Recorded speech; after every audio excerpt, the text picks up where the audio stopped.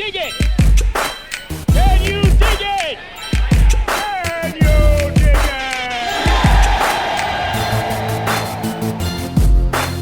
it? Welcome back to the Midnight Hustle. It's your boy, DieHard Derek Gordon. My next guest is the daughter of one of the most influential wrestlers in the history of professional wrestling. And she's continuing her father's legacy with her own 11-year career as a manager.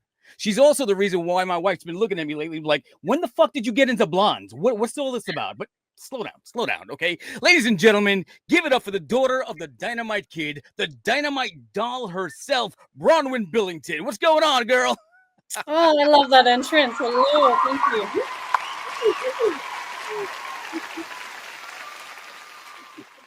Okay, this is fun. How you been? Excellent. Thank you so much for, reorganizing this. We had to reschedule a few times, and I'm just so happy to finally be here.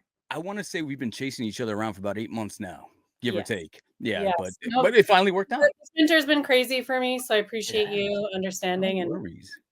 Let's get it going. No worries. Well, I'm glad you're here, and it's funny because I've been wanting to interview you for the longest time, and in doing my research, I see that you've done so many other podcasts out there. It's like, oh shit, she's pretty popping out there. Like I'm late to the game.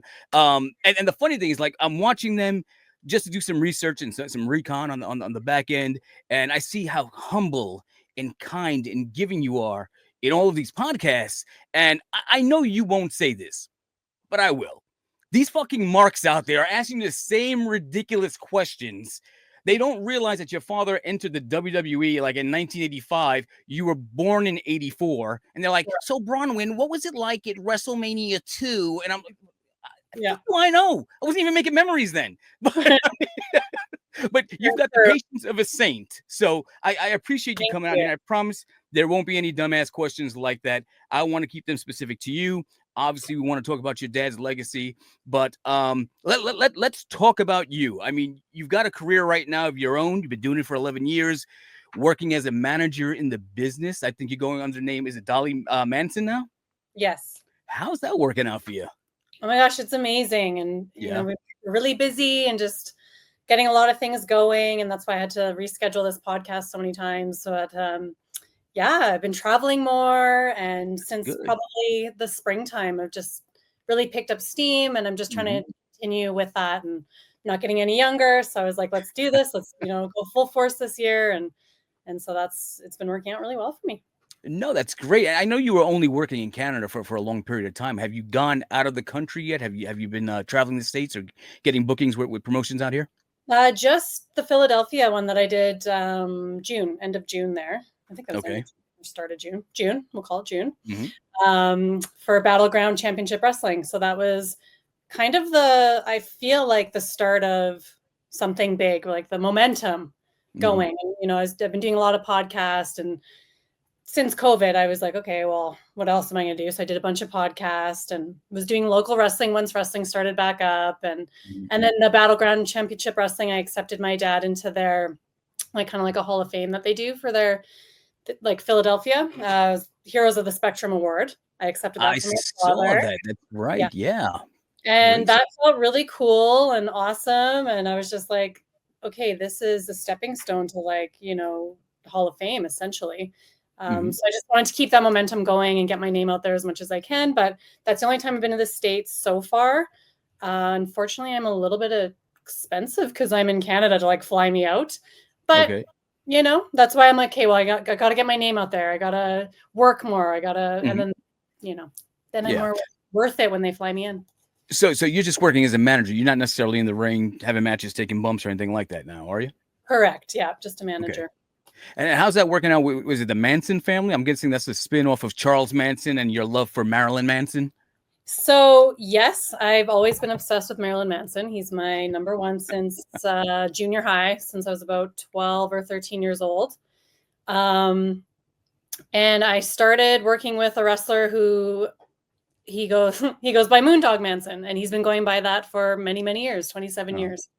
So we started working together, and it was just a natural fit. And I kind of came up with the Manson family because I am a Marilyn Manson fan. And then the Dynamite Doll. If you know anything about Marilyn Manson, his original band, all their names, including Marilyn Manson's name. Mhm. It's like a celebrity for the first name, and then a murderer for the second name. So Marilyn Oh, okay. Manson was like Marilyn Monroe, and then Charles Manson. So years ago, I was like, what would my name be if I was in the band? Like I gave myself a name, and it Mhm. was Dolly Manson. Oh no, it was Dolly Dahmer. Dolly Dahmer. Yeah. So I Wow, came okay, I dig it. my band name, my band name, if I was in the original band, would be Dolly Dahmer. So just kind of thinking about that, and Moondog goes by Moondog Manson. I thought we Mhm. could be the Manson family, and I was like, well, what about Dolly Manson? That would be cool. And I just realized I have an extra L in my Dolly. Please ignore that. I forgot to correct that from the last podcast Ain't I no did. spell check on this shit. Don't worry about They all it. been fine. So yeah, I thought Dolly Manson would be a cool name, and honestly, it was hard to let go of the Dynamite Doll because I've been doing that for so Mhm. long that I was like, well, maybe I don't have to let go of that. Like I am the Dynamite Doll, but her name is Dolly Manson. And that makes all the sense in the world. That's great. How long have you been doing the whole Manson thing? When did you transition out of Dynamite Doll into Dolly Manson? Like September? Yeah, I think it was September. Like this past September. So it's Yeah. pretty recent. Yeah. Oh, okay. Got it. I thought you've been running with this for a while. So Oh, and this is exclusive. Like this is what you are known as now, Dolly Manson. That's your gimmick. It's not the yep. Dynamite Doll. It's formerly like Prince, formerly known as the Dynamite Doll. Yes. Yeah. Okay. Okay. So yeah, we just started working together, Moondog and I. He's from British Columbia, Mhm. and I'm in Alberta. And so I started going out there and doing shows. Actually, first he came to Alberta. We did our first show here. Then he went back to BC. I went there and did some shows. Now he's kind of between BC and Alberta. And we're just frequenting everywhere we can, road tripping through the mountains, long 8-hour drives, wherever we can go. And it's just been working really well for us. We love it. So prior to I guess September now. So what was it like working as a Dynamite Doll for the last 10 and a half years? It's been great. I think part of my struggle has been finding like the right fit, the right person. Um, and I'm also a mom. And Mhm. so I would be popping in and out of the scene, kind of like, okay, I can't commit to all the shows, but I can do this show, or I could do one a month, or I could do two a month. And so when I got together with Moondog, he's a veteran in this business, Mhm. and he's like, you have to like commit if you want to move forward and you want to get noticed and you want to branch out your brand, like you need to be at every show. And Mhm. he was not wrong. I think it was November when we first tried to interview. I had every single weekend double shots that weekend Mhm. in BC and Alberta, and plus I have a full-time job too, so I work Monday Right. to Friday, Right. Yep. and then I do wrestling on weekends, and I'm a mom. So I was like, okay, I'll give November a go, see how it goes. This is like the real test. And and not only that is like, you will get better if you do all these shows. Mhm. If I'm only doing one here and there, each time I'm learning again. But when I'm there every weekend, I'm getting better consistently. I'm adding things each time. I'm just, yeah, just growing rapidly. And so that's been working really well for us. No, that's fantastic, and I've seen a lot of your work online. And I was wondering because, and we're going to get into this a little bit later when we start talking a little bit about your dad.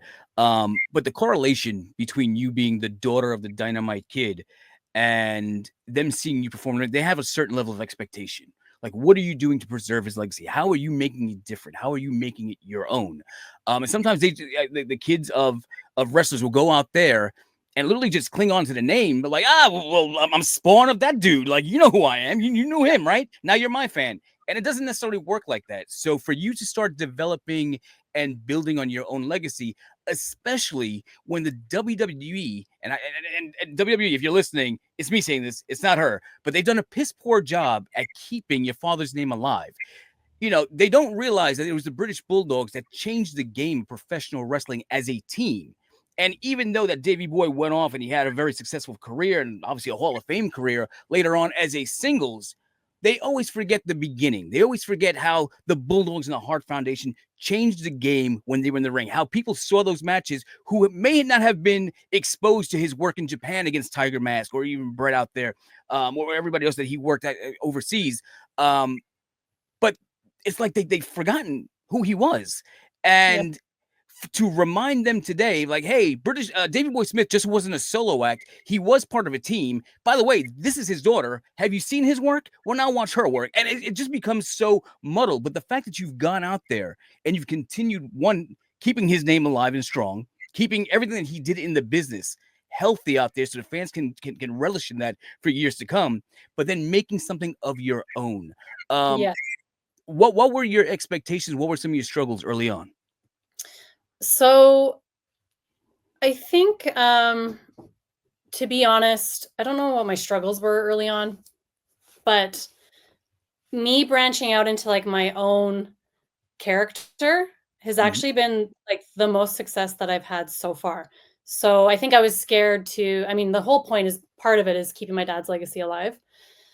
And that was always my number one goal, is just keeping his legacy alive. But with the Dynamite Doll, and like when I first started, I was wearing sequins and red and blue and lots of Union Jacks, and we were babyface, and that was all fun and great. But I don't think I was progressing, because as a manager, I think heel managers have a little more room to play and show personality. And so actually the most successful I've been is becoming Dolly Manson, and not even attaching, like at shows, they just say Dolly Manson. They don't even say, I used to come out as like, wrestling royalty, the Dynamite Doll, but now I'm just straight Dolly Manson, and I'm getting over more than I ever was. And that feels really good, that it's like, this is me. This is like my character that I'm creating, and has nothing to do with my dad, except he is my dad. And that's been really awesome. So I think the biggest struggles for me in the start, I think, was just finding my person. It's kind of hard in the business, especially as a female manager. You know, I don't wrestle. Like I said, I'm a mom and all that. So like, just someone that would like take me under their wing and like guide me or help me or see something in me. And it took me quite a while. Meeting Moondog has been like the best thing for me. He's so amazing. He saw so much potential in me right away. And, you know, he's been doing it 27 years. He's like, honestly, I could retire, but he sees something in me, and he's like, he wants to help me. So it's been really fun. That's amazing. And, you know, the funny thing is that, you know, like you said, you're a female. So being a female offspring to somebody who is to a male talent, they're like, so what can we expect from her? And you have created your own, but you also have cousins that are currently successful right now. The Billington Bulldogs, I believe Tommy, who has a striking resemblance to your dad, was recently signed by AEW. He's been working AEW in Ring of Honor. Had there been any, I know you managed them on the indies a little bit, but has there been any discussion about having you join them to carry on your father's legacy, considering you are his daughter and they're just the nephews? Not yet. No, nothing yet. And I'm fine with it. Like whatever naturally plays out. You know, I don't ever want to piggyback off his talent or career or whatever. So whatever naturally happens, I'm cool with. I'm just a big supporter of everything they're doing, and so happy that they are keeping, you know, our family legacy alive. So like Harry and Mark and Tom, they're just so amazing in keeping the British Bulldogs legacy alive. And yeah, one of my struggles for sure probably is that I don't actually wrestle, and still, even when I get interviewed, it's like, so are you ever going to train to wrestle? And I'm like, no, like I never, no, like I'm 40 now, and get out of here. No, that's right. 84. I'm so bad at fucking math. I didn't even put it together. I mean, when I first started, I was like 30. I was near, I think I was close to 30, like 28 or something. So in my mind, I was like, why would I start training at 28? Like I'm already, I think I probably, like, I'm sure I probably wasn't too old, but it was like, you know, I saw my dad end up in a wheelchair and all the injuries. And so I just never, like, I love wrestling, and I just wanted to find my own way to be involved. And that was managing. And, you know, the funny thing is, I think you're getting it at a good time, especially as a manager. I don't think there's an age limit on that, because you can chalk that up to experience. I know a lot of times when you're in the ring, you know, you've got that bump card, and it's like, hey, this might be the last one, or now I'm injured and I can't work.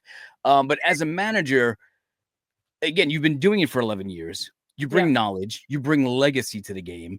You don't have to worry about getting injured. So, I mean, there's so much more. And you're in an era now where female wrestling has evolved so much. I remember when I was running the NWA territory in New Jersey, which was like, wow, 2004 to 2007, where the wrestlers on the show, I was like, hey, okay, we got 3 female matches on the card. Like, popcorn breaks. I'm like, what are you talking about? Like, yeah, it cheapens the show. They should just be the 5th ring post. I'm like, yo, what? And now, today, they're stealing the show. Sometimes they're the best matches on the card. They're In the my most opinion, yes. Yeah. I only really tune into WWE for the women's matches. Get out, okay. Yeah. So once you started getting the idea, getting the itch to get into the business, you're a student of the game. Obviously, I know you've been around it, but who were you studying to try to figure out who you were? Who were you stealing moves from? Like, ooh, I like that. I'm gonna put that one in my pocket. What were some of your inspirations? It was for sure Miss Elizabeth when I first started. Okay. Very much had sequence dresses and just like really elegant and. Was it the look, or what was it? Was it the because she never really got physically involved in the matches like Sherry used to get involved in the matches, or Luna used to get involved in matches. But what was it about Elizabeth that you can take from her? I was obsessed with her growing up. Like I met her many times backstage when I was younger, and some of my only memories backstage or at wrestling shows when my dad was at them was backstage. I don't remember ever watching my dad wrestle, but I'd be backstage with like Miss Elizabeth and Macho Man, and I have a lot of photos. So I just like absolutely loved her, and I think it was just her look, and she was kind of that first lady of wrestling. So, what about now? Now that you're a little more experienced, now that you've created a character that you're going to start building with Moondog, who are you studying these days? Honestly, yeah, Sherry. Okay. And Liv Morgan is very similar to my character.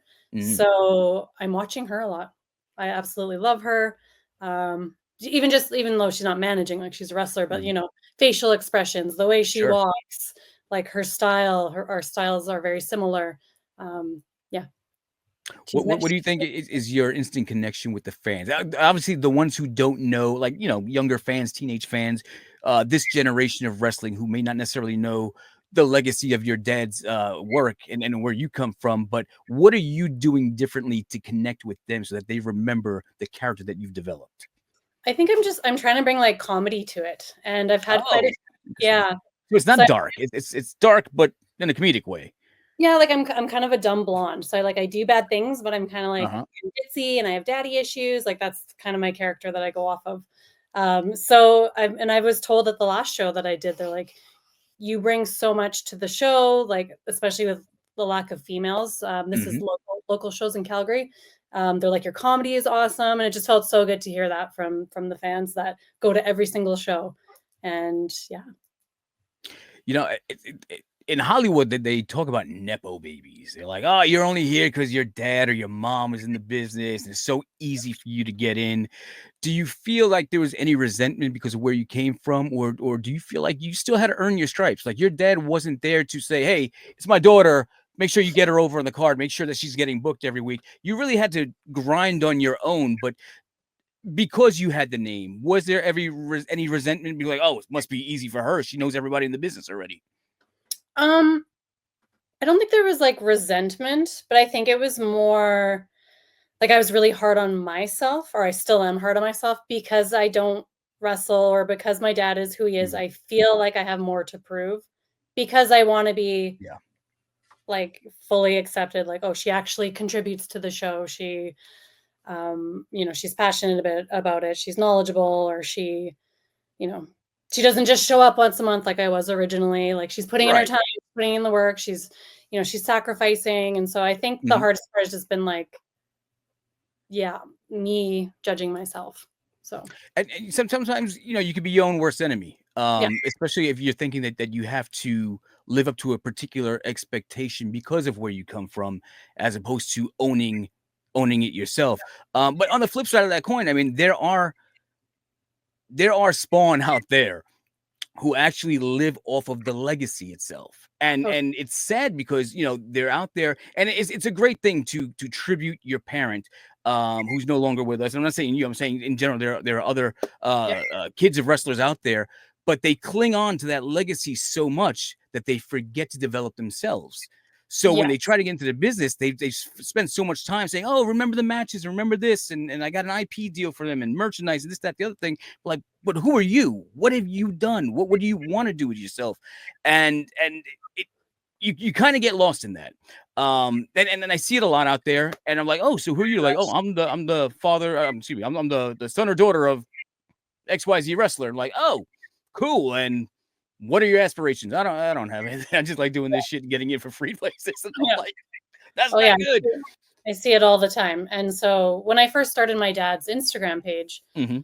it was because he passed away, and I just wanted to keep his legacy alive. And it was never like, I want this to be my full-time job. I want to make money off this. It was literally just to keep myself connected to him, and you know, posting those memories like made me feel close to him. So, Yeah. and even now I'm like, oh my God, I'm not posting enough on there because I do have my own life, and I am doing so much on my own that I don't have all the time to like do my dad's stuff. So Right. I'm getting someone to help me a little more now. I'm bringing in a team because I really want to amp up my dad's social media, Okay.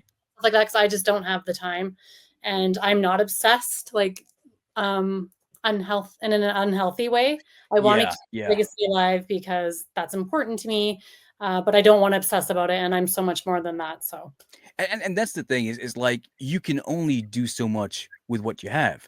So you got the videos, you're sharing home videos or whatever the case may be. But after a certain point, there's a limit. Like even Georgia Smith. Georgia Smith has done a tremendous job in the British Bulldogs legacy. She's got the merchandise going on. She's doing touring. Got him into the Hall of Fame. I mean, and it's got followers, and because there's so much content out there. But yeah, once he's in the Hall of Fame, now what? Where do yeah, you go from there? And when does it become about you? yeah, And sometimes you wonder if maybe mentally it breaks you down. Like I've hit all the goals. I had a bucket list. I checked them all off, but now there's nothing else on the list, and I've got nothing. That like what do I continue to do? I don't want to make it sound so bleak where it's like, well, what's life worth living now? No, of course, obviously life is worth living, yeah. but it's like, what do I do? Sometimes you get There's lost in forgetting more in who goals. you are, right? Yeah, And it becomes, you get depressed. yeah, And especially as a male wrestler, not you, obviously, but as a male wrestler who's tried to live up to what your father had done. And they say, well, you're not as good as your dad used to be. Or, you got the yeah. name, but you ain't got the tools. You saw it a lot with Joe Henning, with Mr. Perfect's kid. And it was a damn shame. The kid was talented, Yeah. but they expected something that he wasn't. They never let him be who he actually was and show his talent. They just wanted him to be the son or a clone of what his father was. And it's just unfair. And it must be very difficult being the child of somebody so famous, because you almost feel that burden that of maintaining that legacy. Yeah, it might be fortunate for me that I was the firstborn and a female, so I don't have the need to prove myself in the wrestling ring. Mhm. Yeah. And I'm just so glad, like I said, Mark and Tom ended up wrestling. I connected with them when I first reconnected with my dad, Mhm. in the early 2000s, and I met Mark and Tom for the first time. They were just little boys, and they just loved wrestling. They were watching wrestling, playing wrestling in the backyard on their trampoline, and their dad was like, "No, I'll never let them wrestle," because they were scared with my dad's health, Right, right. ending up in a wheelchair. But of course, they couldn't stop him because that's how passionate they were about it. So I think they're doing a great job. I'm very proud of N them. No, that's fantastic, and they're doing great work out there, and again, another opportunity to keep these legacies alive, but, to build a foundation. I mean, there's an entire generation who aren't familiar with the Bulldogs, but they will be familiar with the Billington brothers, with the Billington Bulldogs, and that name will continue to go. And it's crazy because, doing so much in trying to preserve and tribute a parent's legacy. I remember when the British Bulldogs came onto the scene in about 1985. I was 9, 10 years old. But if you do the math, here Oh, I you am. look really good for your age. Well, thank you very much. I appreciate that. I'm knocking on the door of 50 right now, but then you start to wonder, like, well, how many of these people are still fans? It's been 41 years of WrestleMania, and are they still thinking back to the original, the first one? How many times are they revisiting that? And the fans start to fizzle out. You need to create fans today, and I think what your cousins are doing right now in AEW is a tremendous. It's the best tribute you can do, Yeah. because the commentators will take the responsibility of mentioning where they came from, who their fathers were, what the legacy was, and hopefully give a little bit of that rub for them to continue in the future. But we're gonna get back to your career in a couple of minutes. Obviously, people want to tune in because they want to hear certain things about your dad. But what I want to bring up is the Darkside of the Ring episode. Mhm. You probably got on a lot of people's radar when that came about. It was a great story, a tragic and heartbreaking story. When you were approached by the producers of Darkside of the Ring, did you see it as something that was beneficial or an exploitation piece?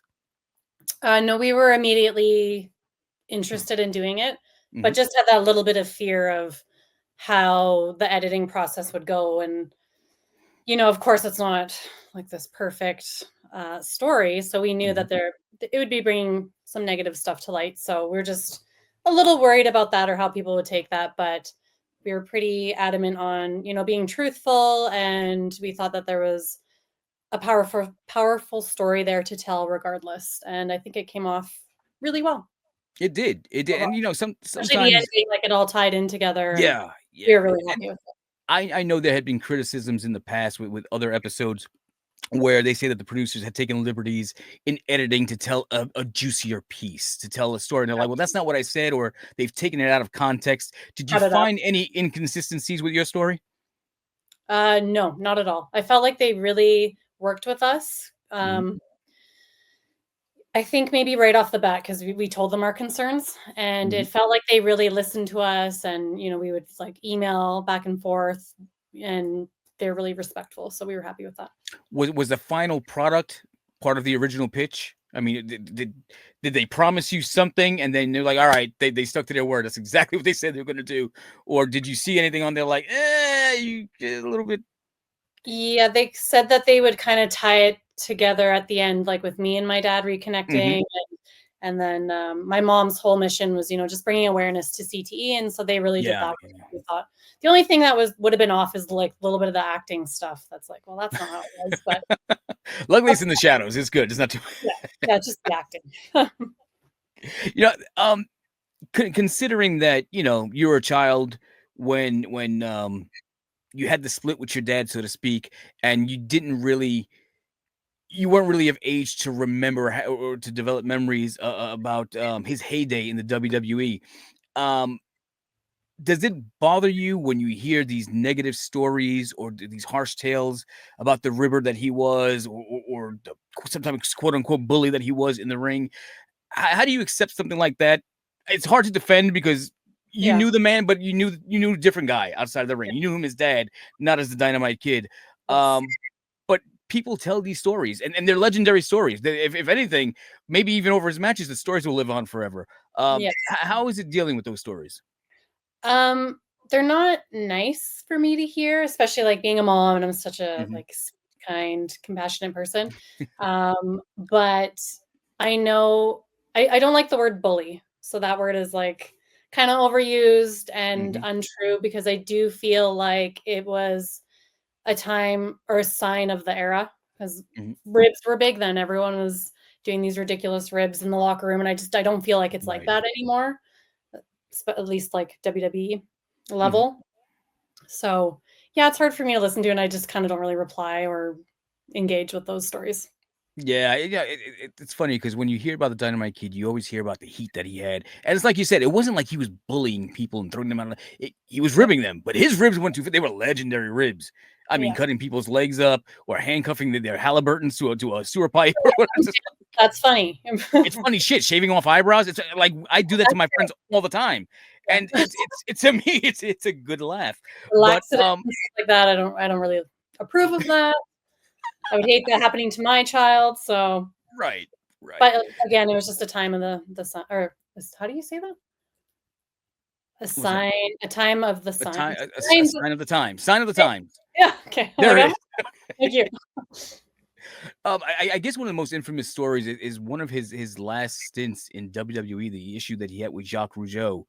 Mm, Um, your dad might have rubbed a lot of people the wrong way in the back with some of the ribs.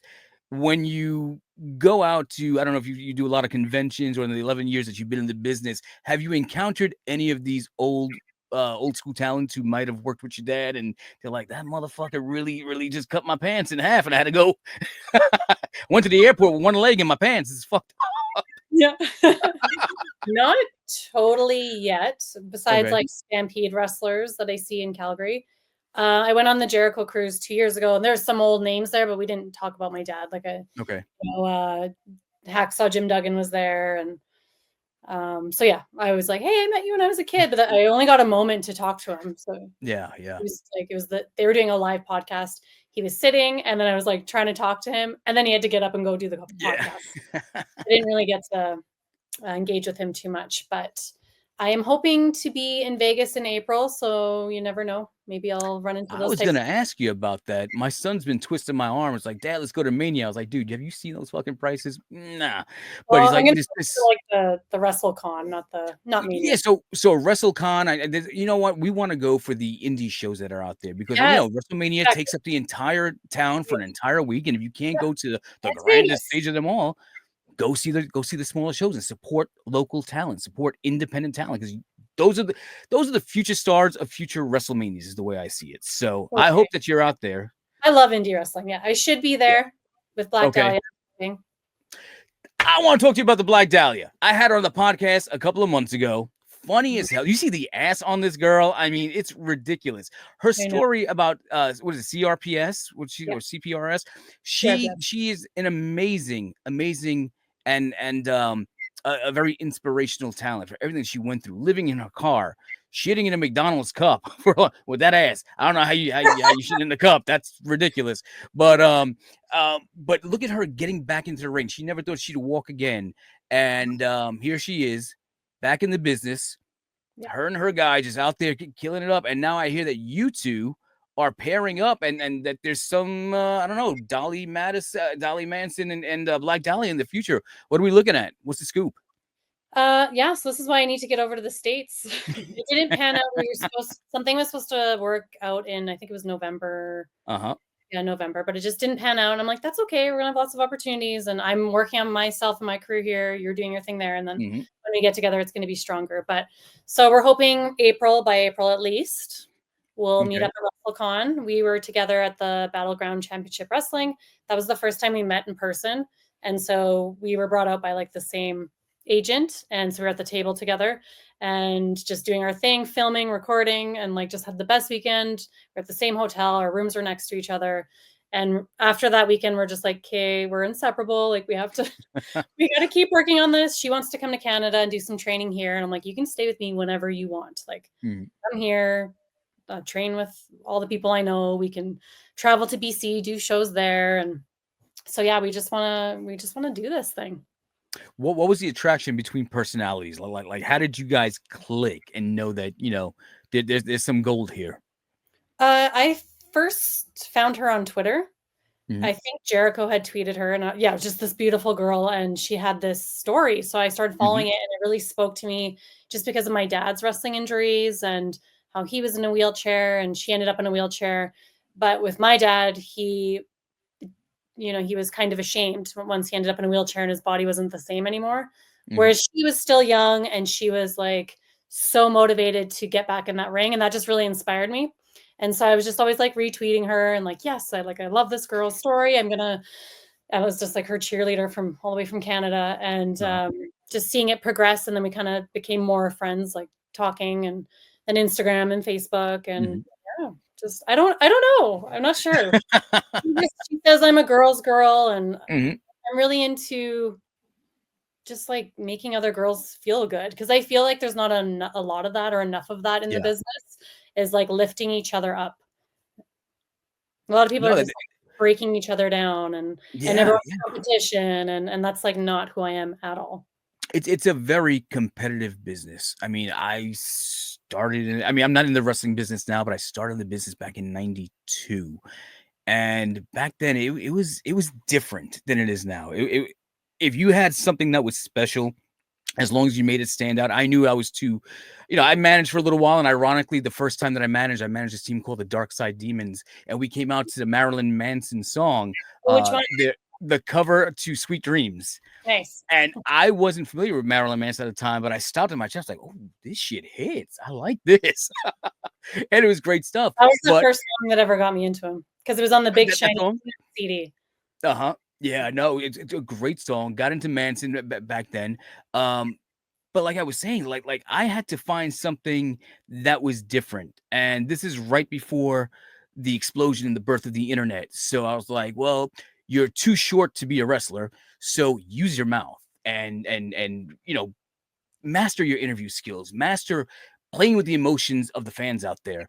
Yes. Now everybody is, and I hate to use the term spot monkey, but like no finishes are protected.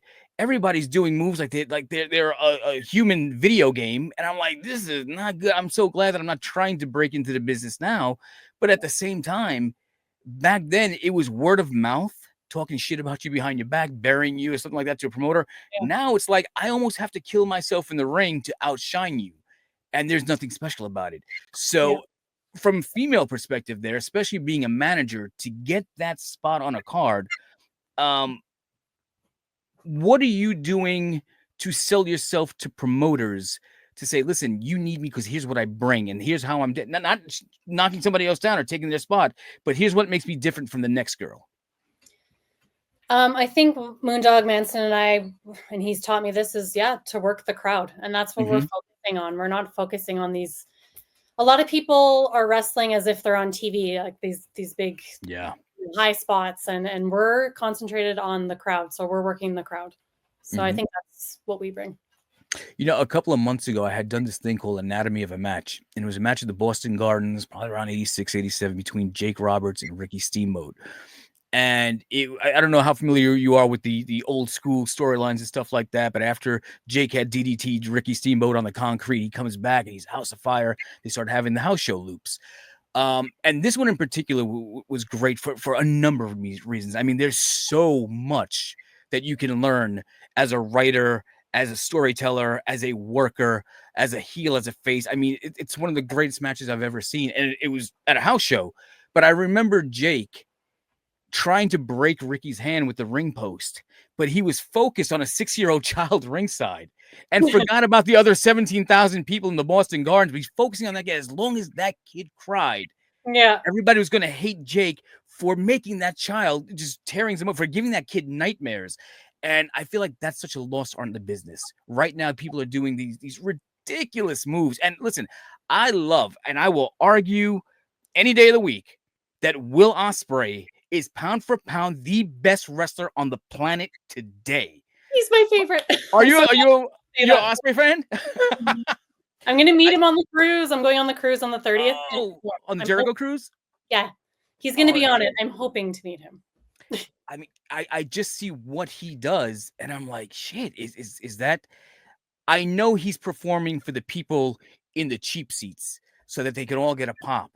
Yeah. But I'm wondering if he's really bringing the emotion, if he's sacrificing years of his career for a reaction rather than being smarter about it and focusing on an emotion, somebody close by that the cameras can pick up, and the commentators have the responsibility of building on that. Has he been injured much? Do you know much about his career? I don't know, but he's got a very similar style to Kenny Omega, and Kenny Omega is hurting. Yeah. And another great talent, but it's just like he ain't got much time left. Right? That's the thing, yeah. What do you like about Ospreay? I'm curious.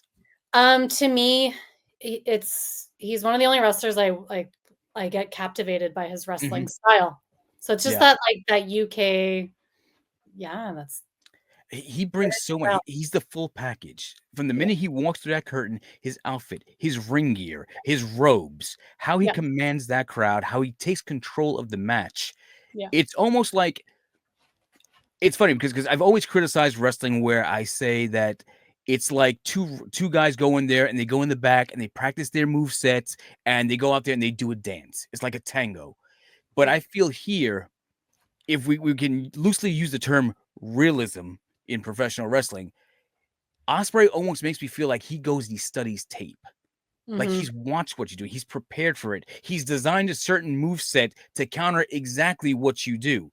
There's something different about Will Ospreay, and I put him in the side. And I'd probably say that AJ Styles may be the greatest wrestler that ever lived in the business, right up there with Shawn Michaels and Bret Hart. But Will Ospreay, dare I say, he's climbing to be in that category. And there's so many people out there like, fucking Meltzer gives him 5 stars every match. He's a spot monkey. He's this, he's that. I'm like, there's a reason for that. Yeah. There's a reason why people are drawn to his aura, when he gets in that ring. Will Ospreay is something special. They need to appreciate him now. And I'm Yeah. glad that you got an eye for that. He does remind me of my dad. And so many people will be like, holds nothing to, compared to your dad. But I'm like, I don't know. He reminds me of my dad. It's kind of mixing those different styles of like the UK hard style and like Mexico and the high flying. And of course he's British. I love when he's on the mic. Like I also love his accent. I love that he's always like, he's just such a like typical Brit, and I love it. When like I said, I was a kid, like fourth or fifth grade when your dad first came onto the scene in the WWE, and I remember what tag team wrestling was. I mean, and it was different. And these guys barely broke a sweat sometimes. They work in Saturday morning enhancement talents. And then when you finally see them wrestle somebody, like, oh my God, this guy's bigger than life. But when your dad came on the scene, and again, all credit to Davey Boy Smith, they were tremendous as a team. Your dad brought something completely different. Yeah. I mean, completely. Just what he did has inspired so many, namely a guy named Chris Benoit. And people have taken from him as well, but the root of it all comes down to the Dynamite Kid. How do you feel knowing that even though your relationship had been severed with your dad for quite some time while he was out there building his career and maintaining the career and supporting the family, and you didn't get to know him as well as you would have liked to in those preliminary years, but seeing what he left behind, that no matter where you look, whether it's a Will Ospreay or a Chris Benoit or the next guy 20 years down the line, they're saying, wow, that guy was touched by the Dynamite Kid in some way. So even though my dad, and it's that harsh reality that, he wasn't there. He left when I was 6, and I only get to spend the last 10 years with him. But he was out there and he left something behind that the world grabbed, and they're still using to this day. He'll never be forgotten for that. I don't think I could ask for much more than that, given, our situation. I know in his book, he said all he wants is for his kids to look back on his matches and just be proud. And I am proud, regardless of what you saw on Darkside of the Ring. He did have a legacy that he left behind. And, all these wrestlers today, still young wrestlers up and coming, study his tapes. And I'm calling them tapes because they're literally tapes. Like I have them in my basement. Tiger Mask versus Dynamite Kid. I have all those on VHS. So I'm super proud because it could have, if my situation was what it was and he wasn't the greatest wrestler and no one really cared about him, then it'd be like, oh, this was all for nothing. But it was something. And, I know that my dad in the end, didn't regret anything career-wise. He'd still do things the exact same way he did because he always wanted to give 110% in the ring and for the fans. So, I'm supportive of that. I know before you mentioned when we were talking about Black Dahlia, about your dad being in the wheelchair and how much it bothered him. Did he have a lot of communication with other people outside of yourself and stuff like that? But did he have a circle, or was he hiding from the world because he was ashamed of being in the chair? Once he got in the wheelchair, his circle got smaller and smaller because when he was in England, I didn't know because we weren't like communicating at the time, but he was at the pub every night, and that's where I think he met his wife at the pub. And so they had friends and they'd be out drinking and just doing the British pub life. And then once he was in a wheelchair, I think that circle just kind of got smaller and smaller. And people would pop in, like even Brett in the last couple of years popped in and saw him.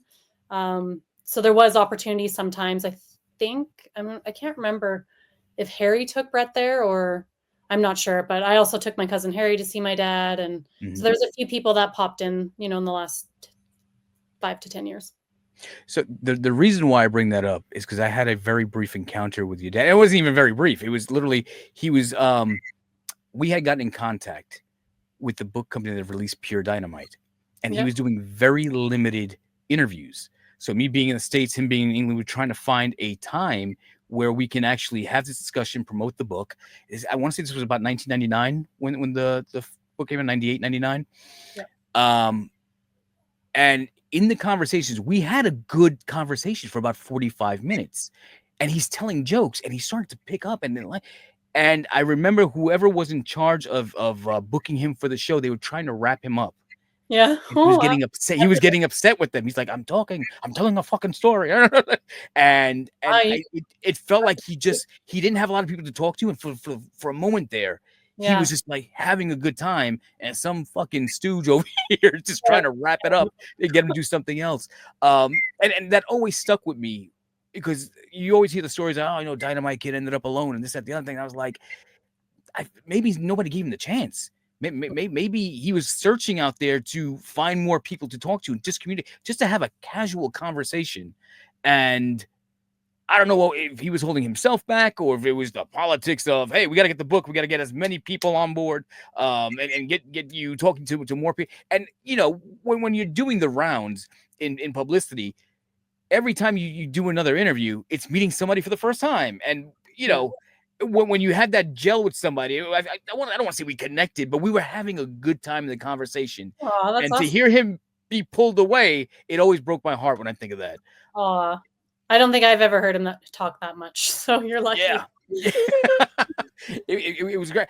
He had a very thick accent. He was telling one joke. He was like, one more joke. And I was like, all right, what do you got? And I couldn't even make out the joke. I got to see if I can find that tape somewhere. But it was oh my God, that'd be cool to hear. A great conversation. Let's talk about you a minute here. So outside of the pro wrestling stuff, I hear that there may be an opportunity of you doing your own podcast. Any truth to that? Yes, I'm in the works of it. I kind of, I was toying with the idea because I was trying to do my own thing and branch out, and because I was struggling finding someone to manage, and I kept getting like let down and heartbroken, and my self-esteem was like beat up, and so I was like, well, why don't I do something? I thought about backstage interviewing, and then I just stumbled across the idea of podcasting. And I was like, that I don't have to rely on anyone. This is my thing. And so I toyed with the idea for quite a while, but then I kind of got like anxiety of like, how do I start this? And I recorded my first episode. I interviewed my sister, just like practice. I actually used the same StreamYard like you use. Okay. Actually, I don't know. I like StreamYard. It's pretty easy. Expensive as fuck though. But then I was like the editing and the like all that became really overwhelming for me. I was like, I don't know, maybe I like bit off more than I can chew. And then I linked up with Moondog. So we started working together, and then I didn't have time for this podcast, but I was like, I still want to do it because it's my thing. But then I linked up with two guys, and it's a friend of mine, and he's originally from New York, but he lives in Florida now. And he and his buddy from New York. Shout out to that guy. A Brooklyn guy that moved to Tampa. Yeah. Oh, okay. It's like witness protection. So. We'll probably maybe we'll all meet up someday. But so they wanted to start their own podcast, and they're like, if you want, and it's wrestling related, they're like, if you want, you can jump on with us, and once you're comfortable, or you can do like your own little segment and just kind of branch out from there. So we've been recording. We're just in the works of that, and I won't say too much yet, just in respect for them, because they don't want anything like. They don't want to post too much until we have content to put out. So. Yeah, it makes sense. It makes sense. But I'm excited. I'm excited too. So what are you planning on doing? Like, do you have an idea, a format for this podcast? Is it just gonna be talking about old stories, talking about your career, interviewing other talents? We're gonna do. It's gonna be like the kayfabe era. So up till 80, whatever. What was it? 84 or something to 92. Okay. So we're doing like all old school wrestling. We will interview people. But right now we're like watching pay-per-views, and just the three of us are talking and just getting used to like conversing and editing and all that. So yeah. No, that's great. I'm looking forward to it. Please let me know when the drop. Like the one buddy that's like the main host, he's doing such a great job at the editing, and he really cares how it looks, and he's like does not want to put out a shitty product, and so we're really excited. That's great. And I understand you've got a Patreon and an OnlyFans. Tell me a little bit about that. OnlyFans hasn't launched yet. Oh, so it's in progress. By the time this airs, it probably will be launched, so it's totally fine. Okay. And the Patreon. So what kind of content are we looking at there? Like are you engaging with talent? Is it photo shoots? Is it I don't know. Sell me on it. Patreon's pretty much been just like photo shoots, Okay. but I want to do so much more on OnlyFans. So I am going to do like wrestling backstage on the road. I want to do like my fashion. I'm very big into, I'm obsessed with fashion. So I'm always wearing something different. Even if I'm like, okay, I can like recycle this item. Like I never do. So yeah, it'll be like outfits of the day. I've seen your modeling pictures online. I mean, there's another career there if you ever decided to. Yes. So then the modeling, like backstage or not backstage, behind the scenes, I'm going to do, and then stuff, leading up to my journey with my new podcast, and then cats, of course. I saw this cats are free. The cats are free. I saw this tremendous shirt. I know you've got your own merchandise out there, but it reminded me of like the old school Janet Jackson. It just says Bronwyne on it. Are you still selling those shirts? Yes, those ones are on Fighters First. Fighters First. All right, I'm gonna look that up. I mean, I understand you have. Is it a daughter you have? I have 2 daughters. You have 2 daughters. Okay. Do you have a how can I put this in a gentle way? Do you have a limitation on what you're doing in terms of risky content, considering you have 2 daughters? Well, so my oldest is 16, and so when I first started my Patreon, I was like, I'm gonna get on Patreon, and she's like, okay. And I was like telling her what it was, and I did Patreon because I was like, because I am a mom, and like I don't want to go to OnlyFans, and it has this stigma to it, so I'm gonna do this Patreon thing, and I'm like, and I kind of showed her like this is as far as I would go for posting. And then my daughter was like, why don't you just do OnlyFans? And I was like, well, because I'm a mom. Blah, blah, blah. She's like, Mom, we got to get paid, Mom. And then, like, I don't know if people will tease you or whatever. And she's like, all my friends already think you do OnlyFans. I was like, oh, okay. Well, so now I'm not scared to get on there. But I'm making it very clear in my bio what it is I'm offering. So I just hope that people are going to judge no matter what. You're right. It's got that little stank to it. You're like, oh, OnlyFans. Oh, great. We're gonna go see something. No. It's you're my fan, so this is where you pay to watch some shit that I'm doing. And I'm like, you know what? They're probably judging at my Patreon anyways. So then I'm posting pretty much like the photos will be the same amount of risque that I'm posting now will be the same on OnlyFans. I'm just gonna add more content. I think there's more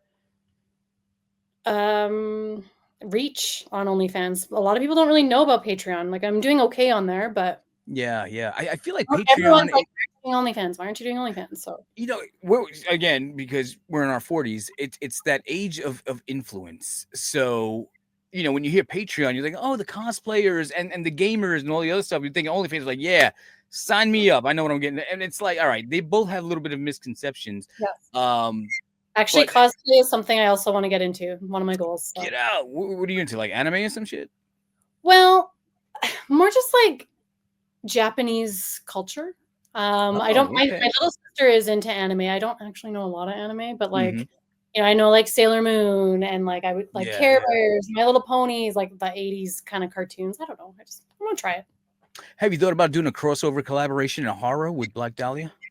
I mean, you are Dolly Manson now, so Dolly Manson, the Black Dahlia, doing some horror shit out there. That could work. I'm actually not really into like horror movies, which is funny. But I'm like, it's crazy. I don't know. Yeah. I'm like heavy metal, like the heaviest metal you can play. That's my jam. But scary movies, I don't like. No. Marilyn Manson, sign me up. But that's your jam. So you're a big Manson fan, and again, I know his music. I don't know much of him, but you hear the stories about him having a rib removed. Yeah. What do you know about that? Is that lure? Is that the hilarious bullshit? Yeah, the funny thing, like a funny meme I've seen is I can't remember how it was worded, but like before the day of the internet, how that rumor just spread around. I don't know. I can't remember. It's like a Richard Gere gerbil story that went around too. I was like, he got a gerbil in his ass? What? Yeah. What's the reason why I bring it up is because you were around so many old school wrestlers, and when I talked to Harry one time, because he's in him and Georgia are in Tampa too, so we'll get together every now and then. He was like, "Hey, have you ever seen Lanny Poffo's Party Trick?" I'm like, "What?" He goes, "Lanny Poffo's Party Trick. It's like Marilyn Manson." I'm like, what the fuck are you talking about, Harry? So Pop his rib out? Oh, I see. Oh, yeah, a different rib, but it's just, yeah. Right on. Wild shit. Before we wrap it up here, I always want to give the floor to the guest. But in this case, I feel like it's something a little different. Obviously, I want you to promote whatever you got to promote, but I also wanted to ask you on a personal level. I know you did this on Darkside of the Ring. If there was one message you can give to your dad, what would it be today? Just one message? No. I mean, listen, I'm sure that you would love to have him here. And I'm sure that right now, every day, at some point, you're talking to him. Yeah. But, it's. I think the biggest thing for me is I just hope that I'm making him proud and, making his legacy proud. And it's noble. It's noble that you're doing it. I'm glad that you're doing it. He deserves it. Do you have any idea why WWE's not doing anything more to preserve his legacy or to give him the credit that he deserves? I have no idea, for sure, but there was some kind of legal, what was that? Where people were trying to take him to court, Vince to court about CT, and my dad's name was involved in that. And so I think it's because of that. Okay. But the thing is, my dad was not in the state of mind to be able to kind of make those decisions. He had strokes and stuff like that. So I feel like, I feel like they were waiting for him to pass away. They may have been waiting for his wife to pass away too. She just passed away from throat cancer. Oh, wow. Or lung cancer. So I'm hoping now that, they will look past that and just put him in the Hall of Fame where he belongs. Georgia has been going on tour with Davey Boy's gear and personal things. Do you have any stuff of your dad's that maybe the daughters of the Bulldogs go on tour together and give the experience? Yes. And that is something that, I kind of did that when I went to Philly. I have my dad's this side. The painting. You can't tell, but it's sparkly because that's supposed to be his sequins cape. Right. So I have the cape. The vest that goes underneath it, and then I have Dynamite trunks. They're blue. I think he wore them in Japan. They say Dynamite on the butt. And then I have the Union Jack trunks too, and I have his first ever ring coat that he wore when he was 16, 15 years old in England. It's the blue satin, which you'll never see in pictures, but you might know because they just wore them back in the day. Blue satin is Dynamite Kid in yellow on the back, so I have that. And I don't have any boots. I have Matilda's collar. And I think that's about it. I think I have some other random tights, but I'm hoping to see more of you out here, especially in the Tampa area. So if there's any independent promoters out there who want to book Dolly Manson, how can they reach you? So I am all over social media. So either I'm on everything. So Instagram, it's Bronwyne Jewel. I can't call it X. I still call it Twitter. I sure we all do. Right. Dynamite Doll 84. And then, of course, Patreon, I'm Dynamite Doll. Dynamite Doll on OnlyFans as well, if you want to check that out. And then my dad's Instagram's official Dynamite Kid. Oh, so he has his own Instagram. Yes, I'm running that one as well. Okay. Is there any it's what is it? Official Dynamite Kid? Yeah. It's not having a negative impact against Tom Billington's account, is it? Or they mixing it up? Everyone keeps tagging my dad's page when he had his AEW debut. And still to this day, whenever even the TNA thing he just did, that was TNA, right? I think so. Yeah. They keep tagging my dad's page, but I was well, I'm not going to remove it because it's still family. And I share it anyways. Yeah. So I'm it's all the same. It's also free promotion for you. So it's easy to get followers. Exactly. It's kind of cool. Well, listen, I've had a great time. I don't want to hold you up. I know you're busy. You got a family to take care of. You got a lot of things going on. I really appreciate you taking the time here today. I want to do this again. I want to follow things that are progressing. Hopefully, we can catch up in Vegas. If you're there, I'm gonna track you down. Also, my boys and I, the podcast boys, we were talking about filming together, or recording together in person in Tampa. So that might be in the works as well. Oh, girl, when you're in Tampa, let me know. I'll shoot second cam over here for you if you need, and it will create a lot of great content for you and social media and all your fans out there. Definitely looking forward to seeing what else you got going on. And again, I appreciate you being here. Anything else you want to plug before you head out? I don't think so. Just lots of exciting stuff coming up, like the podcast and more things I can't even say yet. But so follow my dad's Instagram and my personal Instagram, and you'll see it all on there. Great. Well, I'm going to follow more, like I said, what you're doing as you progress. We'll talk again. This is our first time, but it won't be the last time. So, yes. Dolly Manson. Dahlia together. Oh, yes, absolutely. Let's go. That'd be fun. We'll do that. We'll schedule that. I'll reach out to her and we'll get that going. Yeah. So, listen, Happy New Year. Thank you so much for making the time to being around, and we'll do it again soon. Ladies and gentlemen, that's the one and the only, the artist formerly known as the Dynamite Doll, now known as Dolly Manson, and you probably know her from being the daughter of the one and only Dynamite Kid. Thank you so much for this opportunity, and we will talk again. Ladies and gentlemen, I'm DieHard Derek. This is the Midnight Hustle. Can you dig it? We're out of here. Can you dig it?